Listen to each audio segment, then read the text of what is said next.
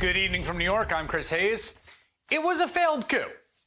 Let's call it what it was. In the immediate aftermath of the January 6th attack and the early revelations of Donald Trump's attempts, both publicly and in private, to overturn a democratic election, there was a kind of back and forth among scholars about whether coup was the appropriate term. But as we learn more, it really does feel like that's the best way to describe what we are talking about here. And today we got new evidence that supports precisely that. Earlier today, the New York Times first reported that not only did Donald Trump press the Justice Department to say the results of the 2020 presidential election were corrupt, but there are contemporaneous notes that prove it. Quote, the exchange unfolded during a phone call on December 27th, less than 2 weeks before the attack on the Capitol, in which Mr. Trump pressed the acting attorney general at the time, Jeffrey Rosen, and his deputy, Richard Donahue, on voter fraud claims the department had disproved. Now, the thing is, Donahue, the deputy attorney general, was taking notes, and the Department of Justice turned those notes over to the House Oversight Committee, and today they publicly released some of them. Now, just a heads up, because they are handwritten, they're a little difficult to read. According to the deputy attorney general's notes, Donahue responded to Trump saying, quote, I understand that the DOJ can't and won't snap its fingers and change the outcome of the election. It doesn't work that way. To which Trump replied, don't expect you to do that. Just say the election was corrupt and leave the rest to me and Republican congressmen. Just say it was corrupt. The president is asking the Department of Justice to help him overturn the election and stay in power. Remember that a deputy attorney general is writing this down because in that moment, one imagines, he realizes the sheer transgressive gravity of what's happening. Somewhat reminiscent of former FBI Director James Comey's contemporaneous notes of his interactions with Trump. Holy crap, this guy is, whoa. I should put it in writing, what the president is asking us to do for posterity. We're learning about this now because the House Oversight Committee got access to these notes. But in May, Trump's acting attorney general, Jeffrey Rosen, who was on that call, was specifically asked about this under oath, and he dodged the question. Prior to January 6th, were you asked or instructed by President Trump to take any action at the department to advance election fraud claims or to seek to overturn any part of the 2020 election results? Well, Congressman, as just alluded to in your prior question, I can tell you what the actions of the department were. No, sir. Not, no, what sir. the outcome was. Mr. Rosen. I cannot tell you, Mr. Rosen. consistent with my obligations today, about private conversations with the president one way or the other. Keep in mind that as Trump was trying to get the Department of Justice to help him overturn the election, that was, of course, not the sum total of the plotting. Trump and his allies made multiple calls to the election officials in Maricopa County, Arizona, pressuring them, including one official who said he let the calls go to voicemail and did not return them. Trump called an official on the Wayne County, Michigan Board of Canvassers after she voted against certifying the county's election results. There was an invitation to the Republican leaders of the Michigan state legislature. They flew to D.C. to meet with Trump at the White House. There was the recording, of course, of Trump's call to Georgia's Republican Secretary of State. He actually made more than one, who Trump told, quote, I just want to find 11,780 votes. And when none of that worked, then, of course, there was the January 6th plot to overturn the election in Congress, to assemble a crowd, send them towards the Capitol to pressure Congress and his own vice president. And we are learning more about that as well. Republican Congressman Mo Brooks of Alabama is now facing a lawsuit over a speech he gave the morning of January 6th, explicitly telling the crowd to start, quote, kicking ass. This week, the Department of Justice denied representing Brooks in the case, arguing, among other reasons, quote, instigating an attack on the United States Capitol would not be within the scope of a member of Congress's employment. Fair point. It's clear Brooks was part of the planning for Trump's coup because Brooks said so himself. Check this out.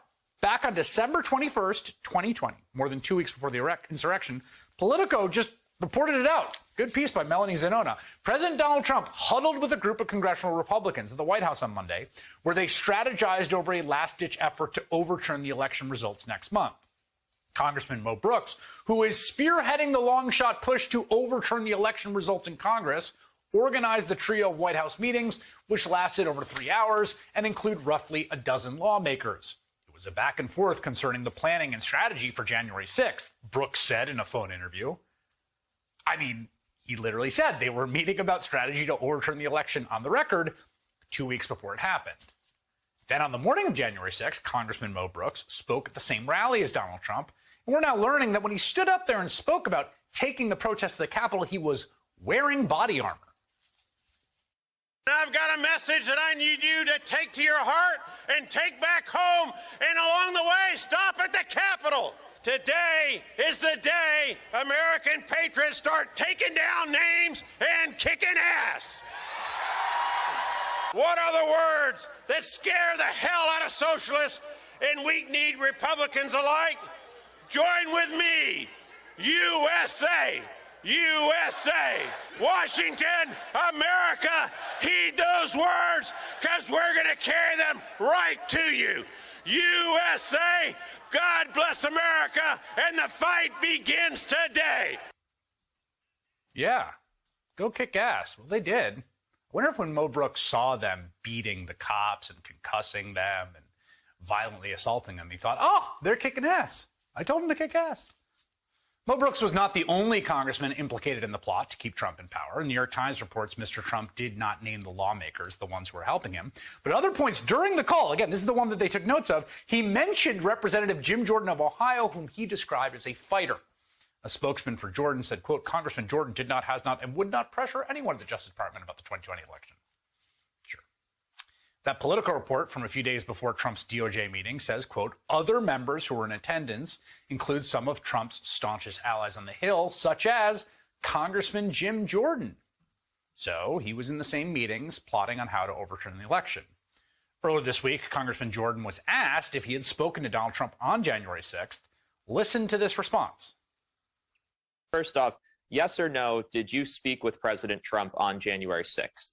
Yeah, I mean, I spoke with the president last week. I speak with the president all the time. I spoke with him on January 6th. I mean, I talk with President Trump all the time, and that's I don't think that's unusual. I would expect members of Congress to talk with the president of the United States when they're trying to get done the things they told the voters in their district to do. I'm actually kind of amazed sometimes that people keep asking this. But of course, I talk to the president all the time. I talked to him, like I said, I talked with him last week. On January 6th, did you speak with him before, during, or after the Capitol was attacked? I'd have to go. I spoke with him that day after. I think after. I don't know if I spoke with him in the morning or not. I just don't know. I'd have to go back and. I mean, I don't know that when those conversations happened. But what I know is I spoke with him all the time. Boy, he looked comfortable answering those questions, doesn't he? Now, if Jim Jordan was speaking to Donald Trump about the attack on the Capitol as it happened, he absolutely could not be on the committee investigating the attack because, as Republican Congresswoman Liz Cheney pointed out, Jordan could be a material witness who's called to testify. At some level, the coup plot was done out in the open. I mean, reported in Politico. We all saw it. And when all else failed, when Trump could not pressure the election officials, when he could not enlist the Justice Department, when he did not have enough votes in Congress, the last thing left to him was the mob, and so he used the mob. That violent, bloody insurrection, the failed coup we saw, was his final attempt after he tried everything else, but he's not done trying.